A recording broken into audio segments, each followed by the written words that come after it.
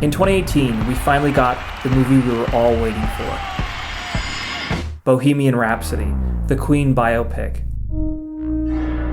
But the movie we got is not necessarily the movie that I wanted. And I think there's still really a great film to be made with this material, and I'll get to that later. But if you know anything about this production, you know that it's still a pretty good miracle that this film is still as good as it is. Now, not to get too much into the production, but during the actual production, they had to swap out the directors, which is not completely unheard of, but it is still pretty rare for that to happen, and to have a good film come out of that as well. Now, let me be clear, I still really did enjoy Bohemian Rhapsody when I first saw it. It's a typical rise and fall and rise again, a musical biopic that we usually get. And even though it kind of strangely plays around with the order of historical events that took place, and sometimes even making some things up, that's not even my biggest criticism with the movie. Because if you think about it, this movie is not so much about the band, but it's about the man, Freddie Mercury, the band's lead singer. And I'm obviously probably not alone in thinking that when you're talking and thinking about Queen, you're thinking about Freddie Mercury. And to make a movie about Queen is essentially to make a biopic on Freddie Mercury. And that's where I think I have some issues. So by all accounts, Mercury was either a gay or bisexual man.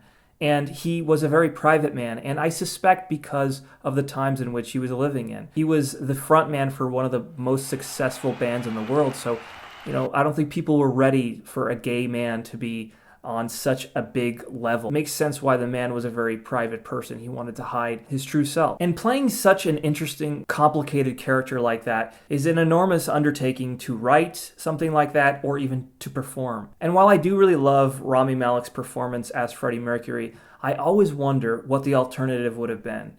See, before Rami Malek was cast as Freddie Mercury, there was another person who was set to play Freddie Mercury, and that is the actor Sacha Cohen, who you might recognize from films like Borat and Bruno. But as explained in this clip on Howard Stern, things didn't go so well between Cohen and the band. You were working on this biopic of Freddie Mercury and Yes. Queen. You worked on it for 6 years. Yeah. The whole thing fell apart. The band, Queen, wanted to clean it up, and you wanted to get into the nitty-gritty, right? Yes. What did the nitty-gritty mean? Like, you wanted to get into his sex life? Yeah, definitely. I mean, there are amazing stories about Freddie Mercury. Crazy. The guy was wild. I mean, he was living an extreme lifestyle. Debauchery. You see, the life of Freddie Mercury ended in tragedy. He died due to complications to AIDS at the age of 45, something that he only told the media one day before he died. And he had contracted the HIV virus years earlier, and by numerous accounts, Freddie was a very, sexually extravagant, wild parties. According to Cohen, it's something that the band wanted to kind of avoid. But you got to remember, and I understand it, they are a band. They want to protect their legacy as a band. They want it to be about Queen, and I fully understand. So what we ended up getting is a pretty sexless movie. And I think the movie's really held back by the PG-13 rating. And there are sequences where it's implied that he's having sex. One in a club where we see a montage of things happening, and even a sequence where he looks at someone at a truck rest stop. Overall, we don't really get to explore Freddie Mercury's sexual life, which is very strange because later we find out when he has HIV or AIDS, we don't really see the reason why, and it's very strange to me. And another thing is he had a long-term boyfriend by a real person named Jim Hutton.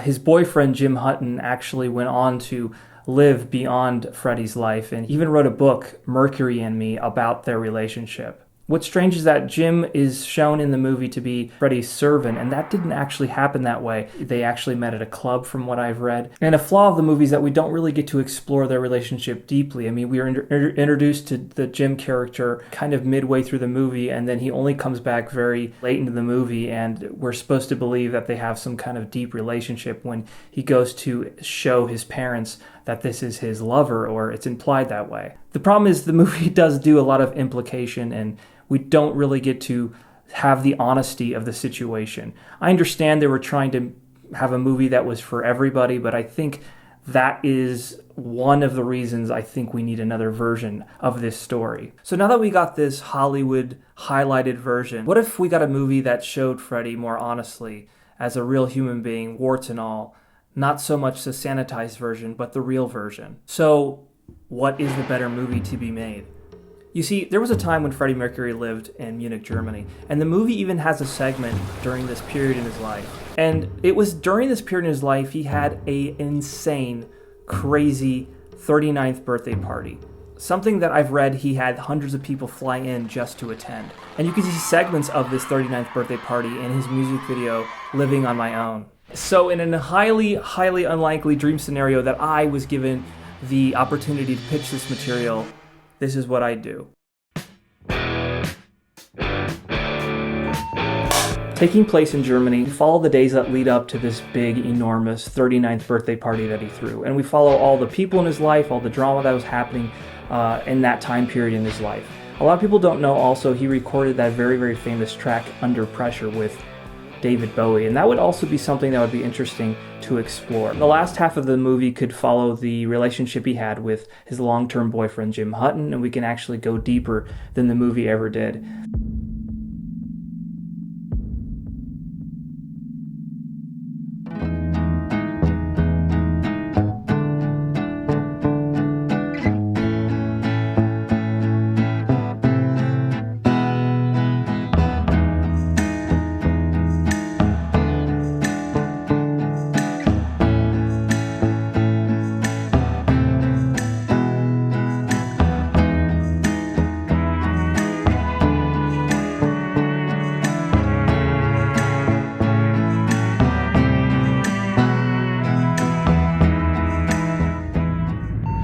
And of course, we can still highlight some of the big monumental moments of Queen, but this would very much be a movie about Freddie, the person. I'm always okay with taking creative liberties on how the order of things play out, or what happens, as long as the spirit of the person is true.